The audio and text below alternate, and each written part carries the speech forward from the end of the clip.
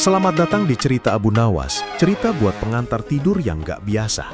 Kalau biasanya lu tidur ditemani dongeng-dongeng manis, kali ini siap-siap dengar kisah Abu Nawas yang bikin ketawa sekaligus mikir keras. Setelah diberi dua pilihan oleh raja, satu bisa bikin dia mulia, satu lagi bisa bikin dia celaka. Abu Nawas malah ngasih jawaban di luar dugaan semua orang. Bukan pilih A, bukan pilih B, tapi dia malah gak milih sama sekali. Semua menteri bengong, raja terdiam. Tapi ada yang gak suka dengan keputusan Abu Nawas. Ternyata pilihan Abu Nawas bikin sebagian orang panas hati. Ada yang merasa tersinggung, ada yang merasa kalah. Dan diam-diam mereka merencanakan sesuatu. Apa yang akan terjadi selanjutnya? Apakah Abu Nawas akan tetap selamat dari jebakan para menteri? Atau justru pilihan tidak memilihnya malah bikin dia masuk ke dalam bahaya yang lebih besar. Bab 1. Undangan dari istana. Hari itu, langit Baghdad cerah, matahari bersinar ramah, dan angin bertiup pelan seperti membisikkan kabar baik. Di tengah kesibukan pasar yang riuh, tiba-tiba seorang utusan istana muncul menunggangi kuda putih. Semua orang menghentikan aktivitasnya. Utusan itu membawa gulungan surat bersegel emas. Orang-orang berbisik, bertanya-tanya kepada siapa surat itu ditujukan. Dengan langkah tegap, utusan itu berjalan menuju sebuah rumah sederhana di ujung pasar. Ya, rumah itu milik Abu Nawas. Abu Nawas sedang menyiram tanaman ketika utusan itu datang. Dengan sopan, ia memberi salam lalu menyerahkan surat dari Raja Harun al-Rasyid. Abu Nawas menyambutnya dengan senyuman santai. "Wah, sudah lama Raja tidak main ke rumah saya," katanya sambil terkekehi. Setelah utusan itu pergi, Abu Nawas membuka surat itu perlahan. Isinya adalah undangan resmi dari Raja Harun al-Rasyid. Besok pagi, Abu Nawas diminta menghadap di ruang kehormatan istana. Tidak ada penjelasan lain, hanya satu kalimat. "Aku punya dua pilihan untukmu, wahai Abu Nawas." Abu Nawas mengelus janggutnya. Dua pilihan? Raja pasti sedang bosan atau sedang ingin bermain teka-teki, gumamnya. Tapi ia tetap semangat. Sudah lama ia tidak dipanggil ke istana dalam suasana yang misterius begini. Malamnya, Abu Nawas tak bisa tidur nyenyak. Ia membayangkan berbagai kemungkinan. Apakah ia akan dihukum, diberi jabatan, diuji dengan teka-teki lagi? Atau hanya dijadikan bahan luconan oleh para menteri? Keesokan harinya, Abu Nawas mengenakan pakaian terbaiknya. Ia tidak ingin mengecewakan raja, walaupun hatinya tetap penuh rasa penasaran. Ia berjalan kaki menuju istana, menyapa setiap warga yang ia lewati. Banyak yang mendoakan dan menyemangatinya. Sesampainya di gerbang istana, para penjaga menyambutnya dengan senyum hormat. "Raja sudah menunggumu sejak pagi," kata salah satu dari mereka. Abu Nawas hanya mengangguk, menahan tawa dalam hati. Ia merasa hari ini akan jadi hari yang aneh. Abu Nawas dibawa ke ruang kehormatan. Di sana, raja duduk di atas singgasana megah, dikelilingi para menteri dan penasihat kerajaan. Semua mata tertuju padanya. "Abu Nawas, selamat datang. Aku ingin kau menjawab satu hal penting hari ini," ucap raja dengan suara dalam. Abu Nawas membungkuk sopan. "Titah paduka adalah kehormatan bagi hamba." Raja lalu mengangkat tangannya, dan dua buah kotak kayu indah dibawa ke hadapan Abu Nawas. Satu berwarna merah menyala, satu lagi hitam legam, keduanya dihiasi emas dan ukiran naga. "Kau harus memilih satu dari dua kotak ini. Tapi ingat, yang satu akan memberimu kemuliaan besar, yang satu lagi bisa membuatmu sengsara. Pilihlah dengan bijak," kata raja sambil menatap tajam. Suasana menjadi sunyi, semua yang hadir menahan napas. Tapi tidak dengan Abu Nawas. Ia malah tersenyum dan berkata santai, "Boleh hamba bertanya sesuatu sebelum memilih?" Raja mengangguk. "Silahkan." Abu Nawas berjalan pelan mengelilingi kedua kotak itu. Ia menatapnya dari berbagai sisi, lalu menoleh ke raja dan bertanya, "Paduka, mengapa tidak paduka sendiri yang memilih duluan?" Ruangan mendadak hening. Para menteri saling pandang, bingung dengan arah pembicaraan Abu Nawas. Raja tersenyum kecil, tanda permainan akan segera dimulai. Bab 2. Rahasia di balik pilihan. Raja Harun al-Rasyid melirik para menterinya sebelum menjawab pertanyaan Abu Nawas. "Karena ini adalah pilihan untukmu, bukan untukku. Kau yang harus menanggung akibatnya." Abu Nawas mengangguk pelan. Ia lalu mendekat ke kotak merah, menepuknya 2 kali, lalu berjalan ke kotak hitam dan mengetuknya 1 kali. Suara dari dalam kotak terdengar berbeda, membuat beberapa orang makin penasaran. Apakah di dalamnya ada sesuatu yang hidup? Tanya Abu Nawas dengan nada datar. Raja tertawa. Itu bagian dari misteri. Aku tidak akan memberi petunjuk apapun. Kau hanya boleh memilih satu dan menerimanya dengan lapang dada. Abu Nawas kembali ke tengah ruangan, menyilangkan tangan di dada. Ia memandang kotak-kotak itu lalu berkata, "Paduka, bolehkah hamba memilih keduanya?" Sontak seluruh ruangan gaduh. Para menteri berbisik-bisik mengira Abu Nawas ingin serakah. Tapi raja justru tampak penasaran. "Mengapa kau ingin memilih kedua-duanya?"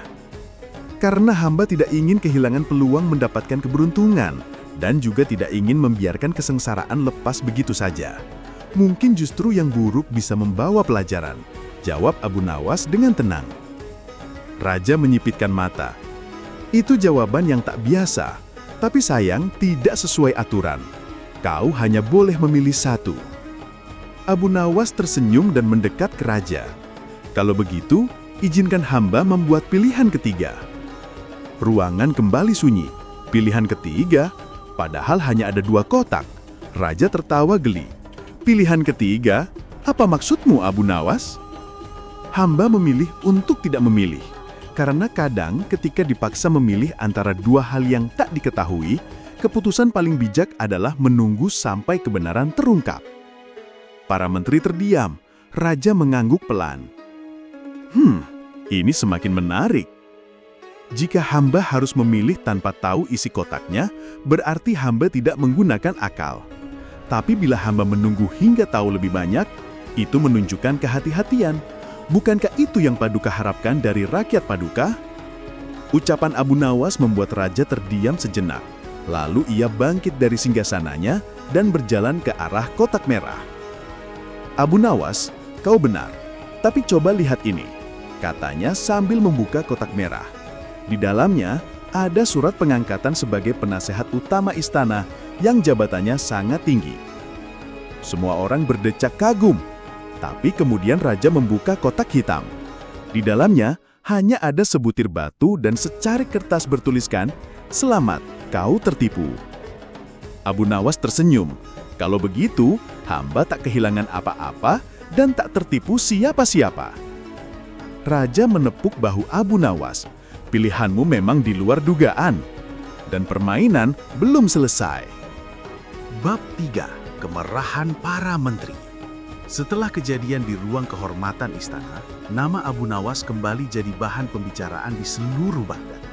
Banyak yang memujinya sebagai orang cerdas, tapi tak sedikit pula yang menganggapnya licik dan terlalu berani menentang aturan raja. Yang paling geram tentu saja para menteri. Mereka merasa harga diri mereka dijatuhkan. "Bagaimana mungkin orang seperti Abu Nawas berani mempermainkan pilihan raja?" ujar salah satu menteri tua sambil menghentakkan tongkatnya ke lantai. Di ruang rapat rahasia istana, beberapa menteri berkumpul. Mereka berbisik-bisik membicarakan bagaimana caranya menyingkirkan Abu Nawas secara halus tanpa membuat raja curiga. "Dia harus diberi pelajaran," kata Menteri Pertahanan dengan nada tajam. Menteri Keuangan yang selama ini diam, tiba-tiba angkat bicara. "Kita buat saja Abu Nawas terjebak dalam pilihannya sendiri. Kita ciptakan situasi yang memaksa dia memilih, dan kali ini tak ada jalan keluar baginya." Rencana itu disusun dengan sangat rapi. Mereka tahu satu-satunya kelemahan Abu Nawas adalah kepercayaannya pada logika dan akal sehat. Maka mereka memutuskan untuk menciptakan sebuah pilihan palsu yang terlihat logis tapi sesungguhnya mematikan. Esok harinya, raja dipengaruhi oleh para menteri untuk menguji Abu Nawas lagi. "Paduka, rakyat sangat terhibur oleh kecerdikan Abu Nawas. Bagaimana kalau Paduka menguji lagi kebijaksanaan orang itu di depan seluruh rakyat?" ujar mereka dengan manis. Raja yang memang menyukai permainan semacam itu, akhirnya setuju. "Baik, panggil Abu Nawas ke alun-alun istana. Kali ini biarkan rakyat menyaksikan sendiri pilihannya." Sementara itu Abu Nawas sedang duduk di bawah pohon rindang, meminum teh hangat sambil tertawa kecil membaca surat kabar. Ia tidak tahu bahwa gelombang bahaya sedang mendekatinya pelan-pelan. Seorang utusan datang tergesa-gesa. "Abu Nawas, Paduka Raja memanggil Anda lagi. Kali ini di alun-alun besar. dihadiri oleh seluruh warga Baghdad. Abu Nawas menaikkan alisnya. Wah, kali ini serius sekali ya. Sampai rakyat juga diajak. Jangan-jangan ada pesta. Entahlah Tuan, tapi para menteri terlihat sangat sibuk menyiapkan sesuatu. Kotak-kotak besar dibawa ke tengah alun-alun, jawab sang utusan sambil gelisah. Abu Nawas mengangguk. Ia merasa ada yang tidak beres, tapi tetap datang dengan wajah santai. Kadang, semakin banyak orang menonton, semakin besar jebakan yang disiapkan, gumamnya pelan. Sesampainya di alun-alun, Abu Nawas melihat dua pintu besar yang berdiri kokoh. Di atasnya tertulis, pintu A, kemuliaan abadi. Pintu B, kebinasaan yang terhormat. Suara gendarang berbunyi keras. Ribuan orang memadati tempat itu. Raja duduk di singgasana portable dikelilingi para menteri dengan senyum misterius. Abu Nawas, seru Raja lantang. Hari ini kau kembali dihadapkan pada dua pilihan. Kali ini tak ada kotak, tak ada tipu daya, hanya dua pintu. Pilih salah satu dan masuk ke dalamnya. Semua orang menahan napas. Mata mereka tertuju pada Abu Nawas. Tapi pria itu tetap santai. Ia mengusap dagunya, lalu berjalan mendekati kedua pintu, membaca tulisan di atasnya dengan seksama. Kemuliaan abadi, kebinasaan yang terhormat, katanya pelan. Ia lalu menoleh ke raja. Paduka, boleh hamba tahu apa yang ada di balik masing-masing pintu? Raja menggeleng. Itu bagian dari ujian. Kau harus memilih dan masuk. Setelah itu, pintu akan tertutup dan tak bisa dibuka kembali. Senyum Abu Nawas perlahan menghilang. Ia menatap kedua pintu itu lama sekali. Tapi tak ada ketakutan di matanya. Hanya kesunyian yang dalam seperti orang yang sedang menghitung kemungkinan-kemungkinan rumit di dalam kepalanya. Lalu, ia melangkah bukan ke arah pintu A dan bukan pula ke pintu B. Apa yang sebenarnya dilakukan Abu Nawas? Kenapa dia tidak memilih salah satu pintu seperti yang diperintahkan? Dan bagaimana reaksi para menteri saat rencana mereka mulai gagal lagi? Bab 4. Langkah Abu Nawas yang tak pernah diduga. Semua mata terpaku pada Abu Nawas. Ia berjalan perlahan. Langkahnya mantap, tapi arahnya membingungkan. Ia tidak menuju pintu A, tidak juga ke pintu B. Ia justru melangkah ke tengah-tengah antara dua pintu itu, lalu berhenti. Orang-orang berbisik. Bahkan raja pun sempat mengernyitkan dahi. Apa yang sedang dia lakukan? Gumamnya pelan. Para menteri yang duduk di sekitarnya mulai gelisah. Mereka sudah menyiapkan semua ini dengan cermat. Dua pintu yang terlihat mulia, tapi masing-masing membawa bahaya tersembunyi. Abu Nawas berdiri di antara kedua pintu, lalu menengok ke kiri, kemudian ke kanan. Ia menarik nafas panjang dan mengangkat tangannya tinggi-tinggi, memanggil perhatian seluruh rakyat Baghdad yang berkumpul di alun-alun. "Wahai rakyat Baghdad," serunya lantang. "Hari ini, hamba Abu Nawas dihadapkan pada dua pilihan. Satu bernama kemuliaan, satunya lagi kebinasaan. Tapi keduanya tak ada yang benar-benar pasti." Orang-orang mulai berteriak. Bahkan anak-anak yang duduk di pundak ayah mereka pun ikut berseru. "Ayo Abu Nawas, jangan masuk ke dua-duanya." Raja akhirnya berdiri dari singgasananya. Suaranya menggema. "Abu Nawas, berhenti membingungkan rakyatku. Pilih salah satu pintu itu. Itu perintahku sebagai raja." Tapi Abu Nawas malah membungkuk sopan, lalu berkata dengan tenang, "Ampun Paduka Raja, hamba sangat menghormati titah Paduka. Namun, izinkan hamba mengajukan satu pertanyaan. Siapa yang membuat pintu ini?" Seketika, para menteri yang tadi tersenyum lebar mulai menunduk pelan-pelan. Raja menoleh ke arah mereka. Menteri Pertahanan gugup menjawab, Kami, Paduka, kami hanya ingin menghibur rakyat dengan pertunjukan pilihan cerdas." Abu Nawas mengangguk perlahan. "Jadi pintu ini bukan ide Paduka sendiri?" "Benar," jawab Raja, masih dengan wajah datar. Ia mulai sadar ada yang tidak beres. Abu Nawas melanjutkan, "Paduka, bagaimana mungkin hamba memilih jalan yang dibuat oleh orang-orang yang tidak tidak menginginkan keselamatan hamba? Bukankah itu seperti meminta singa membuat kandang bagi seekor kambing? Orang-orang langsung tertawa. Tapi tawa itu segera berubah menjadi tepuk tangan ketika mereka paham maksud ucapan Abu Nawas. Ia tahu bahwa dua pintu itu adalah perangkap dan ia menolak bermain dalam permainan orang lain. Jika hamba memilih pintu A atau B, maka hamba hanya mengikuti jebakan. Tapi, jika hamba berdiri di sini, di antara keduanya, maka hamba masih bebas, masih bisa berpikir, masih bisa melihat kemana arah yang benar. Ucap Abu Nawas dengan penuh keyakinan. Raja mulai tersenyum tipis. Ia menoleh ke para menteri. Benarkah ini hanya ujian biasa? Atau kalian punya niat lain terhadap sahabatku Abu Nawas? Menteri Keuangan mencoba menjelaskan. Paduka, kami hanya ingin melihat sejauh mana kebijaksanaan Abu Nawas. Tidak lebih dari itu. Tapi raja tak mudah dibodohi. Ia tahu para menterinya iri terhadap kecerdikan Abu Nawas.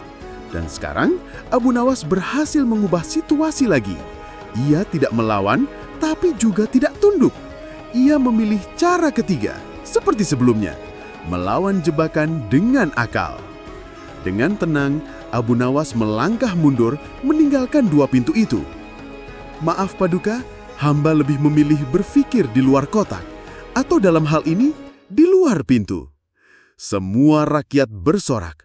Mereka menyambut keputusan Abu Nawas dengan semangat. Banyak yang melambaikan tangan dan meneriakkan namanya. Raja mengangkat tangannya, memberi isyarat agar semua tenang. Wahai rakyat Baghdad, saksikanlah. Inilah kenapa aku menyukai Abu Nawas. Ia tidak sekedar cerdas, tapi juga berani menyuarakan kebenaran dengan jenaka.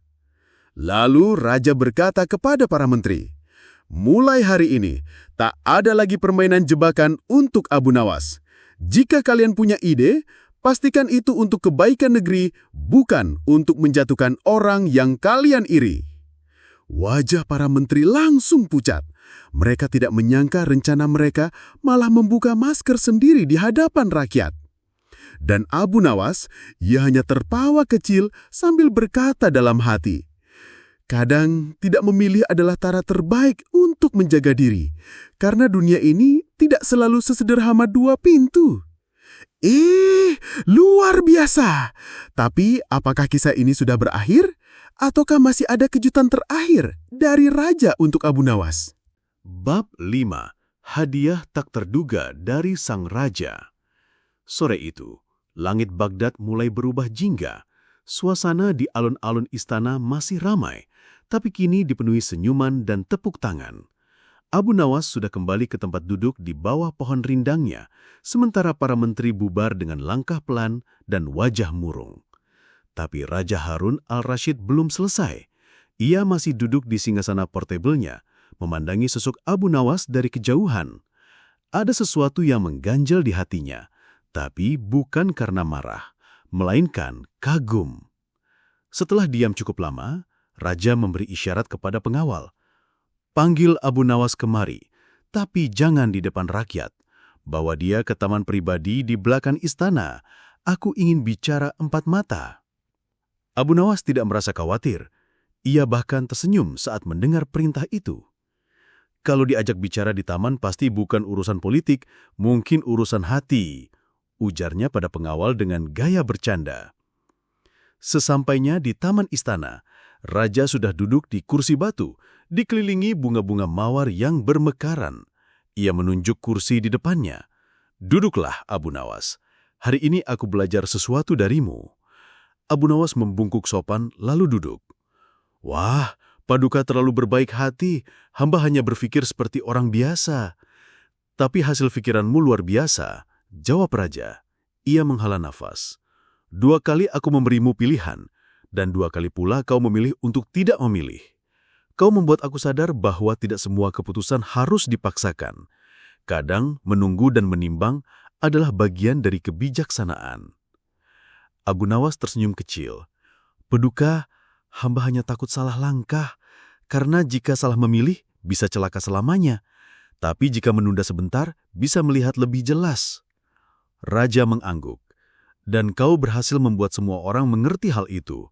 Rakyat memujimu, bahkan anak-anak menyebut namamu seperti pahlawan. Tapi aku tahu kau tak pernah mencari pujian. Abu Nawas mengangkat bahu santai. Yang hamba cari cuma satu, Paduka. Tidur nyenyak dan hati tenang. Raja tertawa. Kalau begitu, aku ingin memberimu hadiah yang benar-benar bisa membuatmu tidur nyenyak. Ia lalu bertepuk tangan, dan seorang pelayan datang membawa sebuah bungkusan kain belutur biru.